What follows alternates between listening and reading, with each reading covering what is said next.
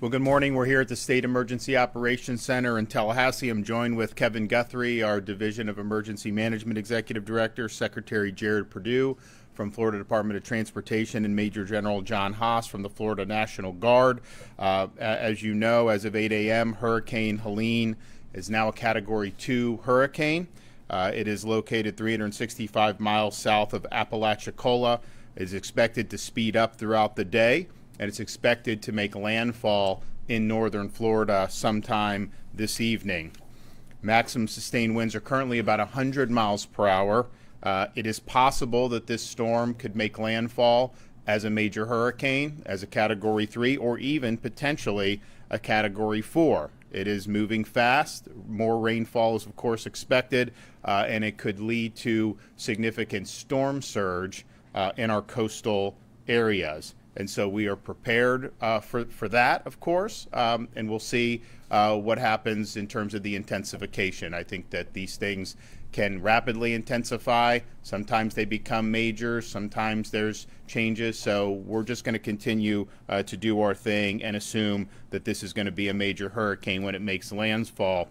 This is a very large storm. So you're going to see tropical weather that's going to extend hundreds of miles away from the center of the storm. It doesn't necessarily mean you're going to have a hurricane Category 3 winds, say on the east coast of Florida, but you are going to have tropical conditions, and it's going to be nasty throughout the latter part of the day here in the state of Florida. We are, of course, looking at the track. If you look at the 8 a.m. advisory, and I think this has been happening probably for the last 8 hours. The models are nudging the center of the storm a little bit east, and that's significant when you're talking about Tallahassee, because I think yesterday we were looking at an eye wall that was probably just on the western part of the city. When the storms hit, the northeast part of the storm is usually the most damaging, and so to the extent it is tracking east and mirroring more of an Idalia track rather than a direct hit on Tallahassee, that is going to impact the extent of the damage. This area has not had a major hurricane hit in quite some time, and certainly nobody in recent memory has seen a storm of this magnitude that has hit. So we'll watch that. There's no guarantee that it's going to continue on that trend, but we have seen that slight trend, and that could potentially be very impactful if you're talking another 30 or 40 miles to the east versus maintaining course or even toggling a little bit west. There will be debris either way. Obviously, if it hits direct into Tallahassee with the trees that we have here, and it's nice, but it will cause a lot of damage. Kevin and his team have been working with local governments throughout the state, but particularly throughout this region, about making sure they have their debris contracts ready to go. There's going to be a need to get debris out of the roadways. Kevin and his team are going to be helping. Jared and his team are going to be helping. But then also with power restoration. You want to be able to get the power back on. The linemen are going to have to access these power lines, and that could be more challenging in an area like Tallahassee than it would be in areas that may not be as wooded. So those debris, all local governments, do your debris contracts. You're going to get FEMA reimbursement for this. Fiscally constrained counties, we've stepped up at the state level and helped them in the past, but I think you can anticipate that there's going to be a need for some serious debris removal. So please take the appropriate steps. As we've said all along, this storm was never projected to make landfall on kind of the Florida Peninsula Gulf Coast, whether you're talking about Sarasota, Tampa, some of those areas. But because it's such a big storm, it's churning a lot of water. And so you're going to see surge all up and down the west coast of Florida. The water is going to rise, and that is going to create hazards as well. So just because you're outside the cone, and I think a lot of those parts on the west coast of Florida are probably outside the cone, that does not mean that you're not going to see significant impacts. We have overnight had 14 different tornado warnings. There's likely to be more of those throughout today. Warnings were issued in Palm Beach, Hendry, Glades, and Collier County. Now, parts of our state are starting to feel the effects already. Certainly, if you're in North Florida, you still have time to execute your plan, but you got to do it now. You have time to get to a shelter, but you got to do it now. Every minute that goes by brings us closer to having conditions that are going to be simply too dangerous to navigate. But if you are in the northern part of the state and you have access and you're in an evacuation zone and you've been told to evacuate, you do have time to do it now, so do it. But don't wait another 6 hours, 7 hours and say, oh man, this thing looks big, and think that you're going to want to go out. That will be very hazardous to do that. With all of the evacuation orders, there's going to be a time, and some of that time may have been reached in southern parts of the state, where your local official is going to tell you it's too late to stay put. I don't think that we've reached that in northern Florida yet, but wherever you are, if your local EM officials say that it's too hazardous to go and that you're better off just hunkering down, heed that advice. I know Jared's talking about with the folks about the winds. We're looking at the Skyway Bridge is having, I don't know if they've closed it yet, but I think that was imminent. So you're starting to see this. So just listen to your local officials depending on where you are in the state. And there will become a time in North Florida as the hours pass today where they may tell you stay put. But don't put yourself at risk. We have fatalities on the roadways in hazardous conditions almost every storm, and those can be avoided with proper planning. Remember also, we're going to experience power outages. A lot of people use generators, and that's great, but please use the generator properly. If you use the generator inside your house, that could kill you. You got to keep the generator outside the house, a safe distance from any doors or windows. You can't let the carbon monoxide get into your home. So please use the generators appropriately. Also, in terms of shelters. So if you are in an evacuation zone, you've been ordered. Some people just recommended evacuation. Some people may not have been told to, but they look and maybe they feel like they need to get out. There are shelters available. If you want to look at the shelters available in your particular county, go to floridadisaster.org/shelters, and you will see the options that you have. All counties are required to have at least one pet-friendly shelter. So please do not leave your pets behind. Make sure that you take them with them. We want to keep our pets safe in addition to our families.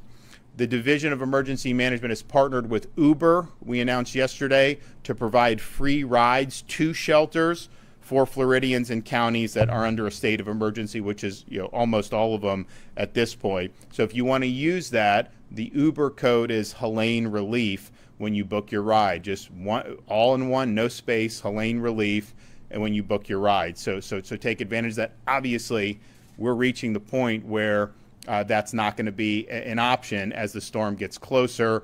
But I can tell you, if you're in Tallahassee, if you're in Wakulla, if you're in some of the northern Florida, and there's Ubers available, you still have time right now to be able to take advantage of that. Lastly, as we've learned in major storms, two of the greatest dangers are tree limbs falling on roofs, as well as driving during the storm. So once the storm hits, do not go out on the roadways. There will be hazardous conditions. Do not drive in standing water. You're going to see roadways that are going to be flooded throughout the state of Florida. You're putting yourself at risk if you do that. Also, if you're sheltering at your home, be aware of the tree limbs that are on your property or adjacent to your home. Try to be in an interior room or away from limbs that could fall through the roof or window and cause harm. And we do see fatalities that happen in these storms because of tree limbs falling on homes. And you can have a great home that can withstand a Category 3 storm winds. It's a lot more difficult to withstand a big tree falling on your roof. So take a look at that and know that is a very real hazard when it comes to this storm. Tampa International, St. Pete, Clearwater, and Tallahassee airports are now closed. Additional flight cancellations or delays are being reported at other Florida airports. Check with the airlines directly on specific flight updates, but given the magnitude of the storm, how far out some of the winds are going, and again, it's not going to be a Category 4 wind 200 miles away, but it's creating tropical conditions, and having flight cancellations or delays is absolutely something that is foreseeable and that you should take into account when you're making your arrangements. We do anticipate Tampa, St. Pete, Clearwater to open relatively soon after the storm has passed, and I know the people in Tallahassee are going to try to be doing that as well. Now, the storm is going to make landfall this evening. It will likely be dark by the time the storm passes. Do not try to do any work in the dark. You don't know what hazards are out there. There's going to be debris. There's going to potentially, in some parts, there's going to be standing water. That is difficult to navigate as it is, but to be doing that in the dark of night is hazardous. The sun's going to come out. You're going to have time to take stock of this. You're going to have time to do what you need to do. When you do that, make sure you're using proper ladder safety. We do have people that have accidents, and we've seen fatalities based on misuses of ladders. There are going to be groups that are coming into Florida that will help you with some of the things that may be damaged to your house. And Kevin and his team have worked hard with these groups now. We work with them for many storms.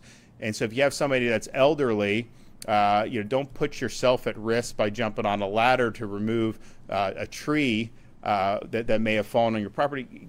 We get some of these guys to go out there and help you. There's going to be a lot of assistance available. So particularly for those who are elderly or who may be at risk, don't take the risk of doing that. Also, pay attention to live wires and avoid standing water. Now, the Division of Emergency Management has a total of 1,100 missions that are in progress. As Kevin mentioned, some of that is pre-storm, but a lot of that is people wanting to be prepared for post-storm response. And so they're going to continue fulfilling those requests. And that's everything from high water vehicles to generators to personnel. And we're going to continue to work with our folks, particularly our fiscally constrained counties up here in North Florida.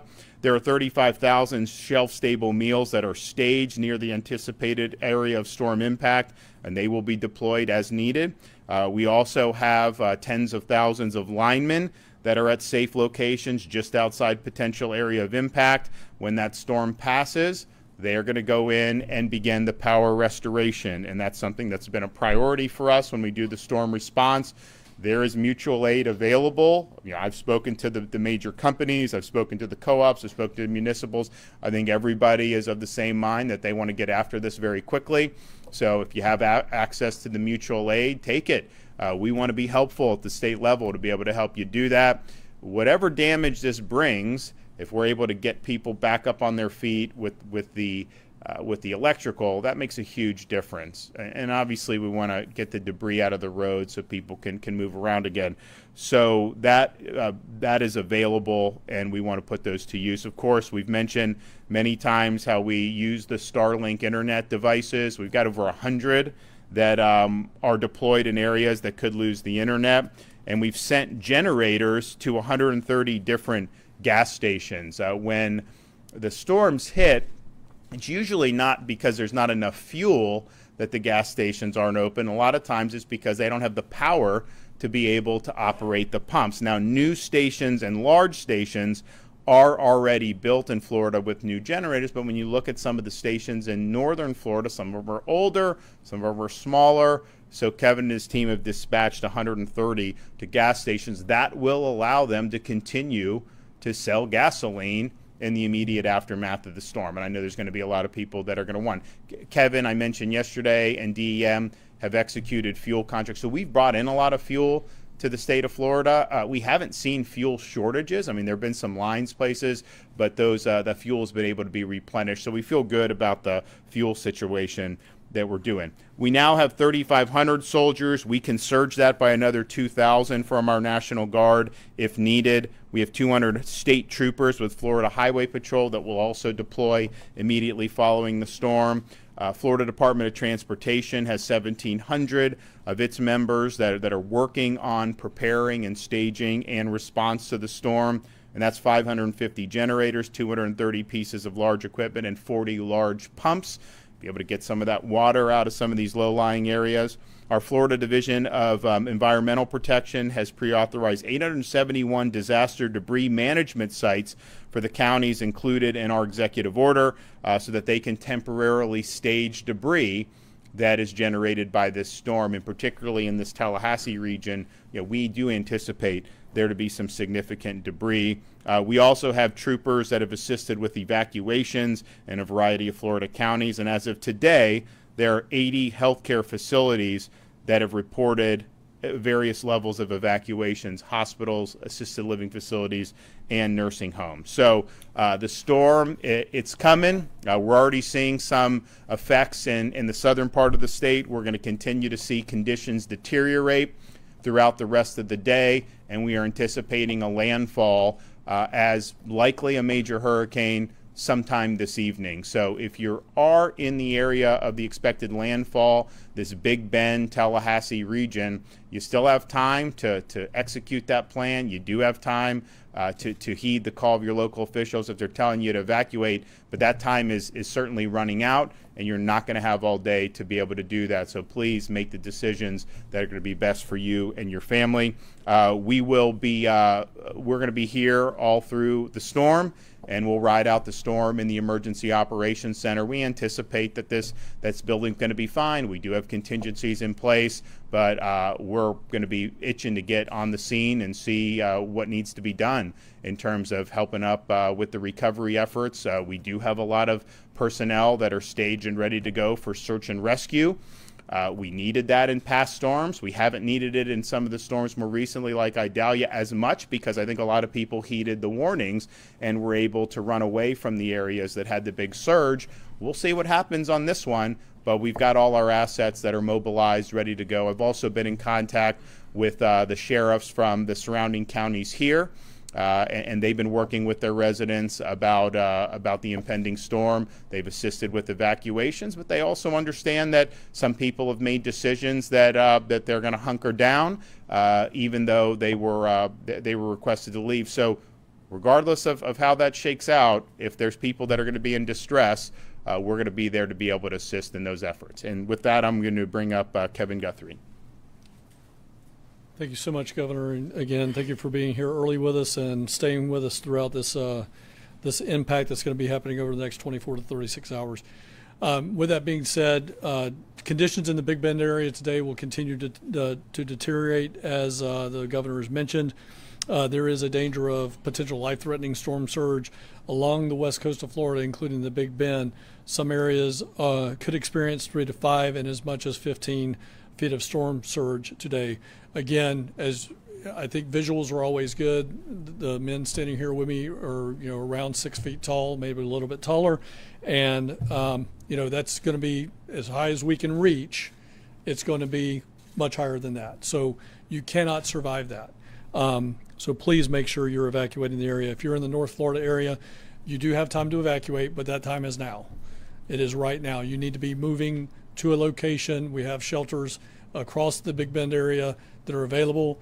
So please, if you need that information, floridadisaster.org/shelters to find out where a shelter is available for you. Please remember that evacuating doesn't mean you have to go all the way to Atlanta, Georgia. In fact, as the governor said yesterday, it's probably not the best place to go is up towards Georgia, as this is where that storm is going to go and dump a lot of rain. You only need to drive tens of miles. Again, get yourself to a shelter. That's where we need you to go. If you don't want to stay in a shelter, then yes, you're going to need to move west towards Pensacola, towards the deeper portions of the Panhandle, and seek some type of shelter in a hotel there.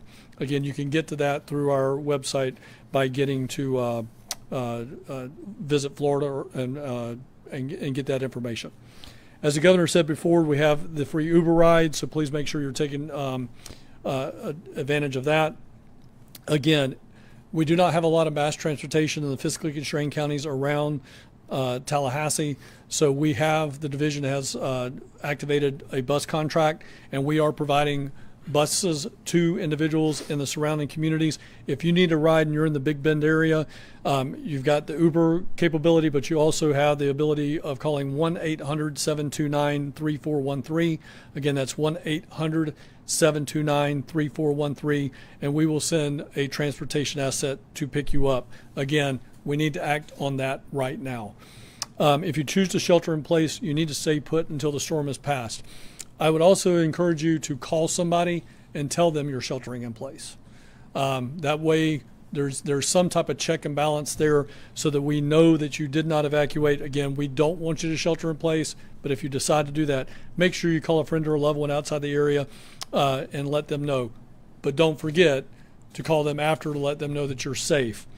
If you hear trees snapping, this is a very, very valid point. We haven't really had an opportunity to talk about this. If you hear trees snapping around your home, treat it like a tornado.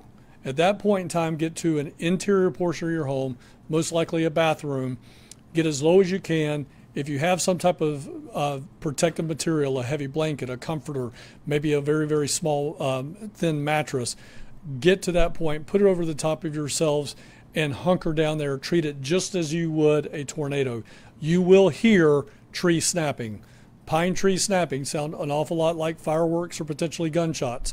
So please make sure if you hear that, act immediately. Get to the interior portion of your home, away from glass, most likely a bathroom, and stay there until you hear that sound stop.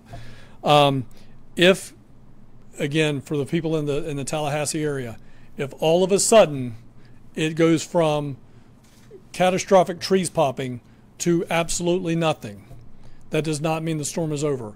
What that actually means is you're in the eye of the hurricane. All right? Do not go out and survey damage. This eye is projected to be anywhere from 50 miles wide to 20 miles wide. But again, if it's moving at 21 miles an hour and it's a 20-mile wide eye wall, you may have only 30 minutes, 45 minutes before that eye wall collapses right back on you and trees start snapping again. So again, if it goes from horrible and terrible to absolutely nothing, there's a 99% chance that you're in the eye wall. Stay in place. Do not move. We want to make sure you do that. Don't go in outdoors until it's deemed to be safe. If you lose power and are going to be using a generator, as the governor said, we want you to follow our 20-20-20 rule. There's an opportunity to do the last 20, but we want to keep it outdoors, 20 feet away from your home and away from all windows. You're going to wait 20 minutes before you refuel that generator, and then you make sure you keep it on a dry, flat surface, and then invest $20 to get you a carbon monoxide detector and put it inside your home. That'll save your life. Residents needing resources before and after the hurricane can call our state assistance information line at 1-800-342-3557. Again, that's 1-800-342-3557. We have individuals there for English, Spanish, and Haitian Creole speaking. And then also be sure to follow us on X, Instagram at FLSERT, that's at Florida CERT, and then on Facebook at FDM. And again, Governor, as well as John and Jared, thank you so much for everything you do for the Division of Emergency Management. Appreciate you. Thanks, Jared. All right. Thank you, Governor, for your leadership. Thank you, Kevin, for your leadership at the division, General Haas. We've been in very close coordination since this storm formed. We've been coordinating very closely with our law enforcement partners, with the Florida Highway Patrol, and also our industry partners at our seaports, airports, and rail. We have taken extensive efforts to prepare for this storm. As you heard from the governor, we have nearly 2,000 team members working the storm, staging, and preparing to respond. We are really looking at the path of the storm now and preparing our operation for cut and toss, for damage assessment, and for bridge inspection. We're going to be very focused on those coastal bridges as this storm passes through. We want to get them inspected and repaired as quickly as possible so people can move around. In the path of the storm, I-10 and US 98 are two major routes that we're going to be looking at. US 98 obviously has some vulnerabilities along the coast, so we're going to be focused on those. There will potentially be a lot of vegetative debris, a lot of trees down. Those trees can be wrapped in power lines. Please do not get out and explore. It can be dangerous.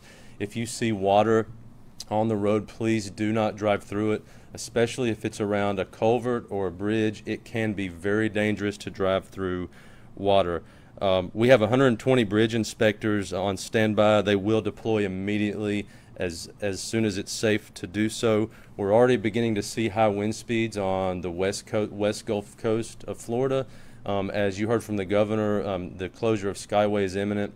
And just as a reminder, when wind speeds reach 40 miles per hour or greater, local law enforcement and Florida Highway Patrol usually start to close those bridges. So if you still need to evacuate, please get out while you can move around safely. As the storm passes through, FL511.com is the most reliable place to get information on road closures detours, etc. We will be updating that website live as the storm passes through.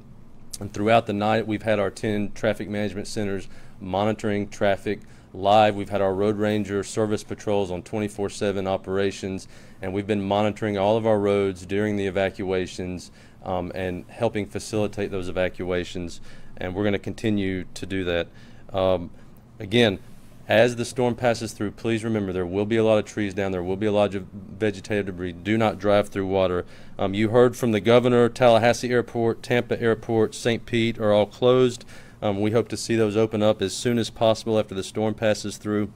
We have several seaports right now that have closed waterside along the coast, just preparing for the storm. And again, we'll coordinate closely with them and the Coast Guard to open those back up as soon as the storm passes through. Again, thank you, Governor, for your leadership, and we'll continue to work.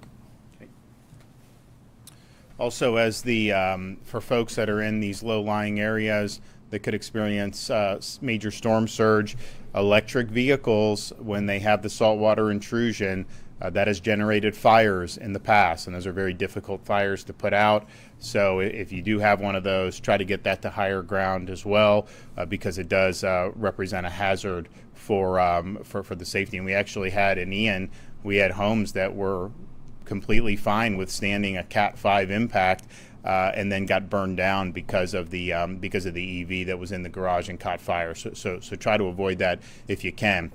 Again, if you are particularly if you're in northern Florida, I mean, you can leave now if you're in an evacuation zone.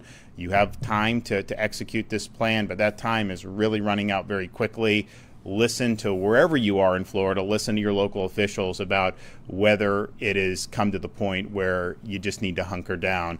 And that may be the case in some of the southern parts of Florida that are experiencing more impacts now. As the day goes on up here in North Florida, that is going to be something that they're going to say, because it's going to be very hazardous conditions when you're, and it's not going to be safe to be out on the road. So I want to thank everybody for mobilizing up to this point. We've got a lot of assets, as we always do, available, and we will bring those to bear as soon as the storm passes, and first helping people with life and limb that may be in jeopardy, but then two, restoring the critical services, whether that's transportation or whether that is power, and we have the resources in place to be able to help do that. And with that, I'll take some questions. Yep. With this storm being the third hurricane to hit the financially constrained counties, how much of a strain does that put on state resources to help these people that are struggling to pay for one storm, let alone three? We've always stepped up and helped fiscally constrained counties in Florida, and we'll continue to do that. I mean, look, we put aside $500 million a year for disaster response. We started that when I became governor, and we're in a very strong fiscal shape now. We believe in utilizing whatever levers available. If I can get money elsewhere, I will do that for the counties. But we're in a good shape to be able to step up and help them. And we'll see. This is not projected to reach a Michael strength, but you never know, right? And but I remember, like Mexico Beach, the debris cost was like $80 million, and their annual budget was like $8 million. Well, that's not going to be something that's going to be feasible. So we know there's going to be need for support for fiscally constrained counties. Kevin and his team have already done a lot to help them on the outset and leading up to the storm, and we'll continue to be a good partner with them on the way back. Yes. What could you tell locals on what should we expect for the aftermath of Tallahassee? I mean, will Tallahassee look like Tallahassee anymore after this? Well, look, I think, on the one hand, if you look at the track that we were talking about last night, that was a track that we have not seen in that magnitude hit Tallahassee in anybody's lifetime. And if that were to happen, that there is just going to be a lot of debris. I mean, it is going to push down a lot of trees, and it will cause significant damage. Now, we always prepare for the worst and hope for the best. And as I said at the outset, you have seen the models nudge it more to the east. And if you're on the west side of the storm, the amount of damage is just less than if you're on the east side of the storm. That's just the way these things work. And if you look at the solutions, a lot of the model runs, there's a lot of them that have it more on the Idalia track. I think the NHC's cone, I think they've they've been on the western side of where all the models are. And I'm not saying that's wrong, but there is a lot of data out there that does want to nudge it east. So in terms of Tallahassee, every model run that nudges it east, if that's the track it takes, that will mean less damage. There's just no question. Anything that moves it west is just going to be more damage. And so we're prepared. I've spoken with the mayor of the city. We've spoken with the county leadership. I've spoken with the sheriff. People are ready. They're taking this seriously. They know that they have the potentially going to be called upon to execute a response that has just not been something that they've been called upon to do. I remember, I wasn't governor, but when they had Hermine, that was not something that there was good preparation for on the local level. You had a lot of people that were without power for a long time. It just didn't seem. That is not the way it's being done this time. So I think that from local up, people are taking it really seriously, and we're going to respond accordingly. But this track change is going to make an impact. And if you told me it was going to hit 50 miles east of Tallahassee, then I'd be comfortable saying that the impacts would be less than what the track was yesterday, because it has to be. That's just the way these storms work. Yes. I'm wondering what the scenario is that you're managing now on the power specifically for the affected Big Bend counties. Are we talking a couple weeks, a month, maybe without power? I mean, just well, a lot of times it just depends on the extent of the damage. I mean, we had Idalia. We had that was the fastest restoration from a major hurricane in the history of our responses. And part of it is because we had mutual aid with these electrical co-ops and the municipals. Just the way it is. I mean, the private utilities have more manpower, right? So if you're in an area, Florida Power and Light or Duke, they have, some of the smaller outfits just don't have as much. So Kevin and his team, we've worked really hard to provide that mutual aid. Now, if you're talking about Tallahassee, the more debris that's there, that could interrupt the ability to get to the power lines. And so we're going to have Jared, we're going to have FDOT, they're going to be helping. I've spoken with the county and the city about making sure they have debris contracts ready to go, but getting the utility workers to the place where they can hook it back up is going to be something that's important. Now, if it's more of an Idalia track, this is like deja vu all over again, right? I mean, we had Idalia, we had Debbie, very similar tracks. If this does nudge east, you're going to have a storm that, maybe it's more powerful than Idalia, maybe it's a little less. We'll see. Idalia reached Cat 4 before landfall, and then it receded to a Cat 3 when it hit landfall. So you could have something that's very similar. So I think there's a lot. But we're going to have over 30,000 linemen that are going to be staged and ready to go. I would note that there are some relatively minor power outages across the state, largely because of these tornadoes that we've seen. Now, those companies, a lot of that's FPL, and they'll get that back on very quickly.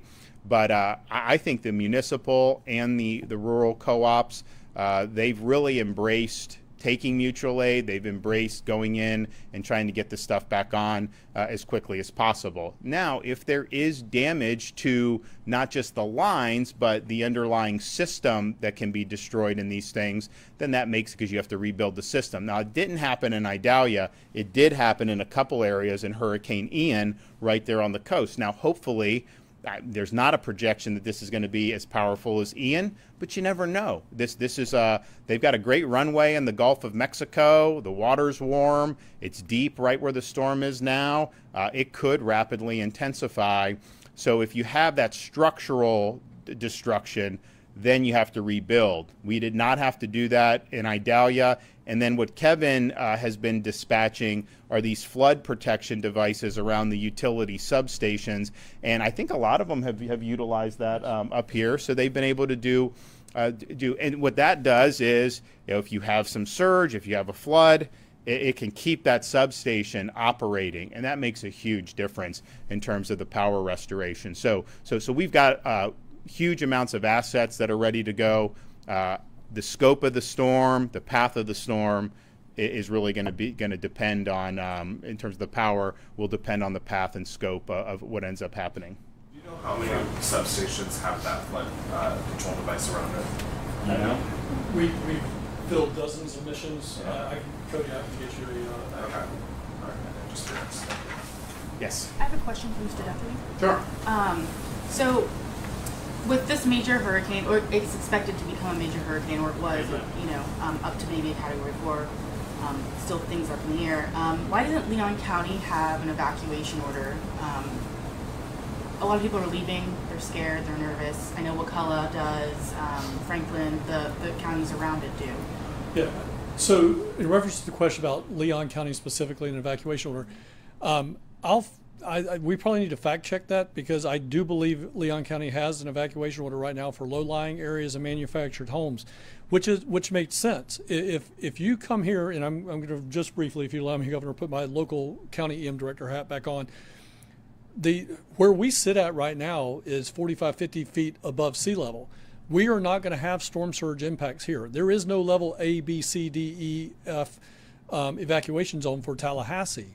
It's low-lying manufactured homes. That is their evacuation order. So, again, I want to give credit where credit's due. The governor's been up here talking about the mayor and the city getting much better, the county getting much better at responding to these disasters. And they have been doing yeoman's work at getting ready for what's about to happen.